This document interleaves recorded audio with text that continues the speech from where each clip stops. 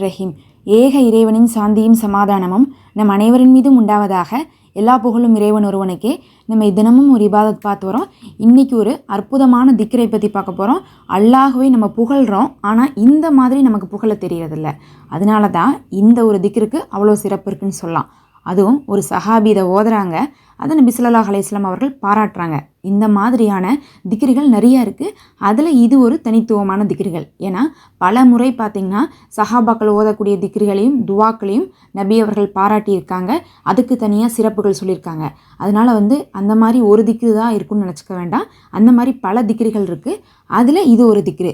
இந்த திக்ரை ஓதுனிங்கன்னா அல்லாஹ்வை புகழ்வதில் நம்ம சிறந்ததுன்னு நம்ம சொன்னோமே, அந்த புகழுக்கு பின்னாடி கேட்கக்கூடிய தேவைகள் மறுக்கப்படுறதில்ல.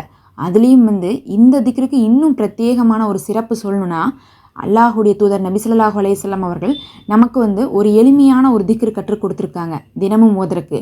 அந்த திக்ரை கூட நன்மையில் மிகைத்துருன்னு சொல்கிறாங்க.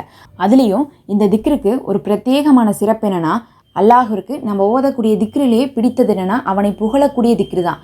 ஏன்னா புகழ் அப்படிங்கிறது மனிதனுக்கு சொந்தமானது கிடையாது. ஒரு மனிதன் பெருமை கொள்ளக்கூடாது, புகழ் பேசிக்கூடாது, ஒருத்தவங்க இன்னொருத்தவங்களை புகழ்வதையெல்லாம் அல்லாஹ் என்ன பண்ணுறதில்ல, விரும்புறதில்ல. அது இறைவனுக்கான தகுதி. அதை மனிதர்களுக்குள்ளே கொடுக்கும்போது என்ன ஆயிடுறான்னா, அந்த மனிதனே தன்னை வணங்க சொல்லி மற்ற மனிதர்களை என்ன பண்ண ஆரம்பிச்சிடறான்னா, கம்பல் பண்ண ஆரம்பிச்சிடறான். அப்படி தான் ஃபிரௌன் ஆகட்டும், அழிந்து போன எல்லாருமே என்ன பண்ணியிருந்தாங்கன்னா, தங்களை தாங்களே பெருமையாக நினைத்து கொண்டு இறைவனாக பாவித்து கொண்டு கடைசியாக அழிஞ்சு போனாங்க. அதனால் புகழ் அப்படிங்கிறது மனிதர்களுக்கு சொந்தமில்லாத ஒரு விஷயம், இறைவனுக்கு மட்டுமே சொந்தமான விஷயம். அப்போ எல்லா திக்ரை விட சிறந்தது அவனை புகழக்கூடிய வார்த்தைகள் உள்ள திக்ருகள் தான்.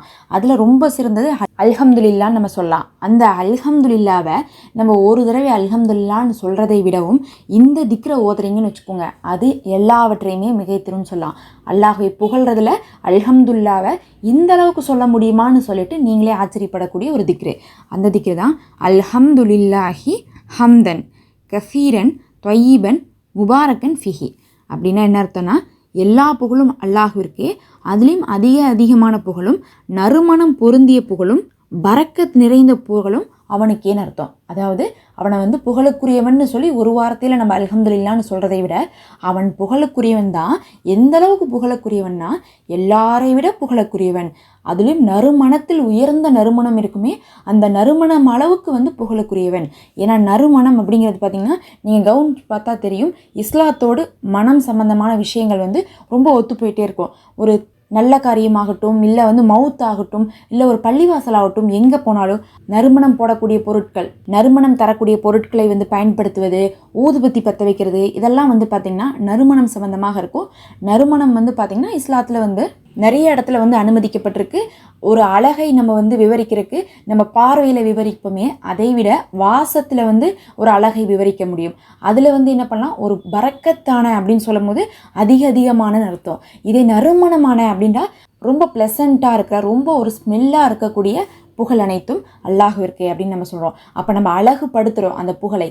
அல்லாஹ்வை புகழ்முதே நறுமணம் பொருந்திய புகழ் அனைத்தும், அழகு பொருந்திய புகழ் அனைத்தும், எல்லாரை விட மிகைத்த புகழ் அனைத்தும் அவனுக்கே உரியது, பரக்கத் பொருந்திய புகழும் அவனுக்கே உரியதுன்னு நம்ம சொல்கிறோம். இப்படி நம்ம புகழ்றது அல்லாஹ்விற்கு இன்னும் ரொம்ப பிடிக்கும். இதை ஓதுன போது நபி அவர்கள் சொன்னாங்களாமா, மலக்குமார்கள் சண்டை போட ஆரம்பிச்சிட்டாங்களாமா, இந்த நன்மையை நான் தூக்கிட்டு போகிறேன், நீ தூக்கிட்டு போகிறேன்னு சொல்லிட்டு. ஏன்னா பொதுவாக நம்ம ஒரு நன்மை செஞ்சால் அந்த நன்மை எங்கே போகும், அல்லாஹ் இடத்துல போகும். எப்படி போகும், மலக்குமார்கள் நோட் பண்ணுவாங்க. நோட் பண்ணதுக்கு பிறகு அந்த நன்மை ஒரு மலக்கு அல்லாஹ் இடத்துல போவாங்க தினமும். அதே மாதிரி ஒரு மலக்கு அல்லாஹ் இடத்துல தினமும் நம்மள இடத்துல வருவாங்க. அப்போ என்ன பண்ணுவாங்கன்னா, நம்மளுடைய நன்மையை காட்டுவாங்க. அப்போ அல்லாஹும் நம்மளுடைய நன்மையை பார்ப்பான். ஆனால் இந்த ஒரு திக்ரை ஓதிட்டா போதும், உடனே மலக்குமார்கள் போட்டி போடுறாங்களாமா, நான் இந்த நன்மையை எடுத்துகிட்டு போய் அல்லாட்ட காட்டுறேன், நான் இந்த நன்மையை எடுத்துகிட்டு போய் அல்லாட்ட காட்டுறேன்னு சொல்லிட்டு. ஏன்னா அது அவ்வளோ ஒரு சிறப்பான விஷயமா இருக்குது. அப்படி மலக்குமார்கள்கிட்ட இந்த நன்மை அல்லாஹ் இடத்துல போய் சேரும் போது அந்த அடியான் என்ன கேட்டான்னு அல்லாஹ் கேட்பான். நீங்கள் இந்த திக்ருக்கு பின்னாடி கேட்கக்கூடிய துவாவையும் அவர்கள் சொல்லுவாங்க, நான் அவர்களுக்கு கொடுத்து விடுகிறேன்னு சொல்லி அல்லாஹும் நமக்கு கொடுத்து விடுவான். ஏன்னா எப்போதுமே திக்ரு சபையாகட்டும், இன்னும் நம்மளுடைய துவாக்களாகட்டும், சில அமல்களெல்லாம் நம்ம செய்யும் போது அந்த அமல்கள் எவ்வளோ கனமாக இருக்கோ அதுக்கு பின்னாடி இருக்கக்கூடிய துவாக்கள் மிக விரைவாக கபூலாக்கப்படும். இதை நீங்கள் ஒரே அமர்வில் 51 முறை ஓதிவிட்டு நீங்கள் துவா செய்து பாருங்கள். அல்லாஹ்வே போதுமானவன். அஸ்ஸலாமு அலைக்கும்.